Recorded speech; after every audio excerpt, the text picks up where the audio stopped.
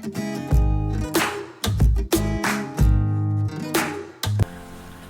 everyone, welcome back to my channel Investor Happy. Halo semua. Video kali ini kita akan bahas ya salah satu request dari teman-teman subscriber Investor Happy. Ini ada yang menanyakan untuk bahas tentang saham PBRX ya. Kita akan bahas PBRX. Kita lihat dari segi company performance seperti apa, dari seasonality seperti apa, dan kita lihat LK-nya ya. Yang paling terakhir itu seperti apa ya. Nah, kita lihat ya untuk PBRX dari company profilnya atau PT Pam Brothers ya, TBK. Mungkin teman-teman yang rumahnya di Tangerang, ini ada ya perusahaan ini ada salah satu perusahaannya ya, ini di Tangerang, ini yang asetnya paling besar ya.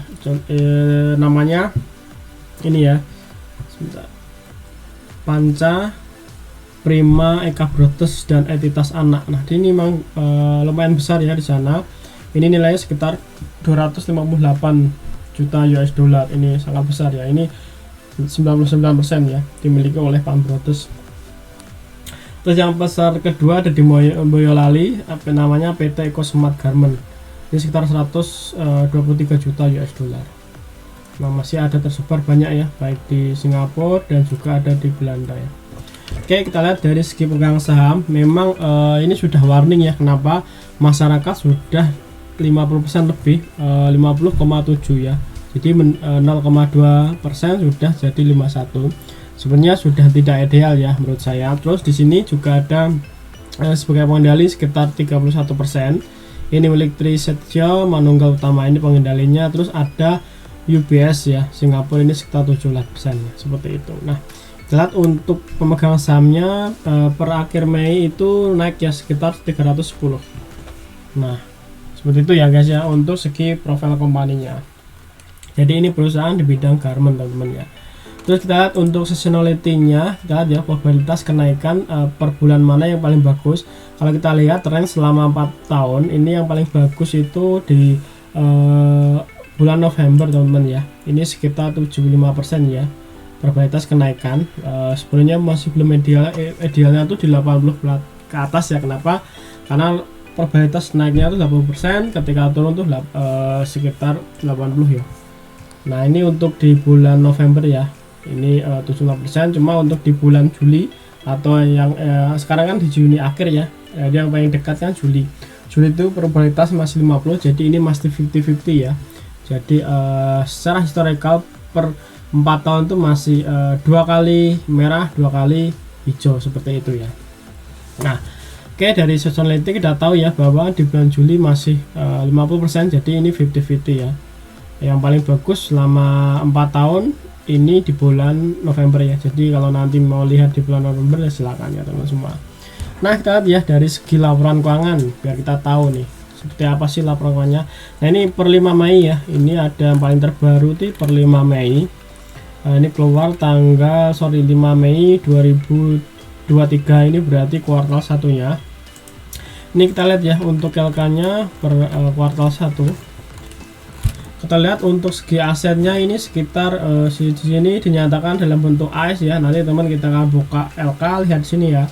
Jangan sampai ini diperhatikan juta ya, tapi ini jutanya dolar AS ya. Artinya kalau seperti ini dikalikan dolar AS. Oke, kita lihat ya dari segi asetnya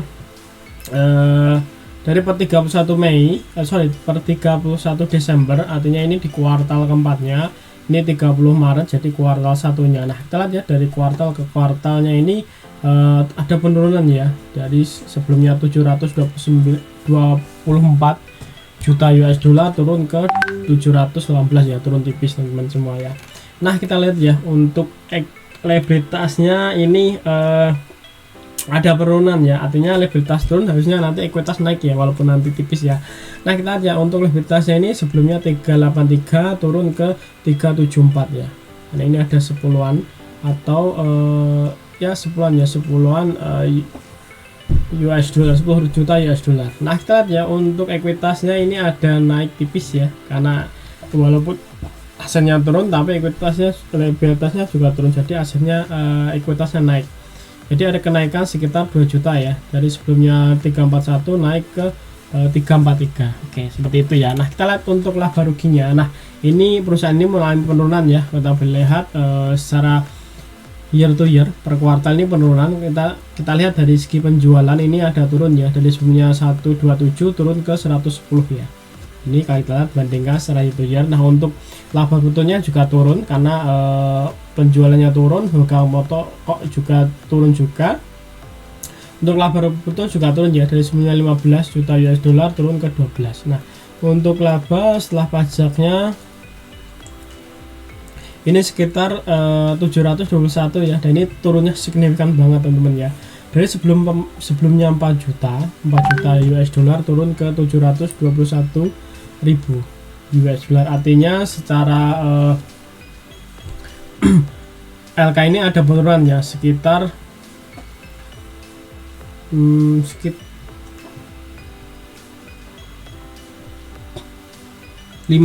ya, 500% ya minnya tuh turunnya. Tapi ini masih untung ya teman ya, tapi masih profit, jadi belum sampai rugi ya. Tapi memang ada penurunannya kalau kita bandingkan setelah year to year ya, setelah kuartal.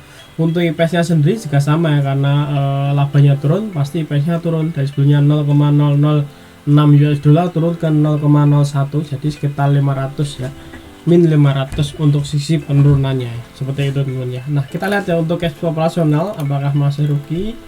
Nah, kalau kita lihat cash flow operasional ruginya membengkak ya, dari sebelumnya 4 juta minusnya 4 juta 4,9 juta US dollar, sekarang naik ya dari 37 juta US dollar ya. Ini untuk minusnya teman-teman semua ya. Oke, dari LK seperti itu. Dari laba sebenarnya masih profitable ya, walaupun memang turunnya signifikan, pendapatnya turun. Terus untuk dari cash flow operasional minusnya lumayan ya, lumayan dalam sebenarnya. Ini dari operasionalnya aja dia sudah rugi temen ya, seperti itu ya. Nah, oke, dari LK seperti itu teman ya. Kita lihat ya untuk chartnya seperti apa. Nah, kalau kita lihat chartnya ini memang sudah di support terkuatnya. Jadi untuk teman yang mau mantau ya silakan pantau ya. Cuma ya seperti itu keadaannya, dari LK nya seperti itu. Terus dari pegang sahamnya juga seperti itu.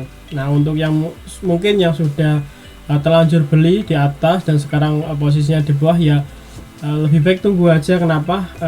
Karena ini sudah nggak bisa turun lagi ya teman-teman ya. Kecuali kalau teman-teman memang mau ada kebutuhan ya silakan, yaitu kembali lagi ke teman-teman semua. Cuma memang ini sudah nggak bisa gerak kemana karena udah range-nya di 50. Ini tuh sering naik ya, ketika nanti ada RI itu sering naik ya, nggak tahu kenapa. Ini kemarin sempat ya, ini juga pernah di 50 ya, di 50 ada kabar RI naik ya, seperti itu. Nah, semoga nanti juga sama, semoga ada RI lanjutan lagi ya. Kenapa nggak mungkin untuk menutup kerugian seperti itu ya, nanti kan lebih di saham baru mungkin akan seperti lagi ya. Dan kalau lihat ke belakang juga sempat naik ya, ini dari 50 juga pernah naik juga sampai sini ya. Nah, artinya kalau saran saya yang sudah terlanjur beli di atas, mungkin beli di atas ini terus sekarang keseret ke bawah sini ya, pilihannya satu ya, hold dulu ataupun silakan cairin ya kalau ikhlas dengan keminusannya seperti itu ya. Cuma kalau memang nggak butuh amat uangnya ya hold dulu. Kenapa? Ini sudah nggak bisa kemana-mana lagi ya. Untuk transaksi hariannya juga nggak mencukupi ya. Nah, ini paling besar cuma 19 juta ini ya, seperti itu teman. Kita lihat ya setelah transaksi seminggu itu seperti apa sih, ataupun satu bulannya gini. Kita lihat ini cuma 200 juta ya, ini satu bulannya aja segini ya. Tapi kembali lagi ke teman semua ya, dengan data-data yang ada, LK nya seperti itu, labanya turun, cash flow operasionalnya minus, terus dari segi pegang sahamnya sudah di atas 50% ya. Oke, lebih seperti itu ya teman semua untuk analisanya. Jadi silakan lagi, sekali lagi ini bukan ajakan untuk beli ataupun jual, dan ini hanya sharing saja ya. Oke, terima kasih semua yang sudah nonton video ini. Kalau teman-teman ada request, silakan aja tulis di kolom komentar. Nanti insya Allah kalau saya ada waktu dan bisa bikin videonya, insya Allah akan saya bikin ya videonya satu-satu ya. Nah, ini masih banyak ya request semua, nanti insya Allah akan saya coba cicilin, insya Allah kalau ada waktunya. Terima kasih semua yang sudah nonton video ini, sampai ketemu di video berikutnya. Happy cuan and happy investor. Bye bye.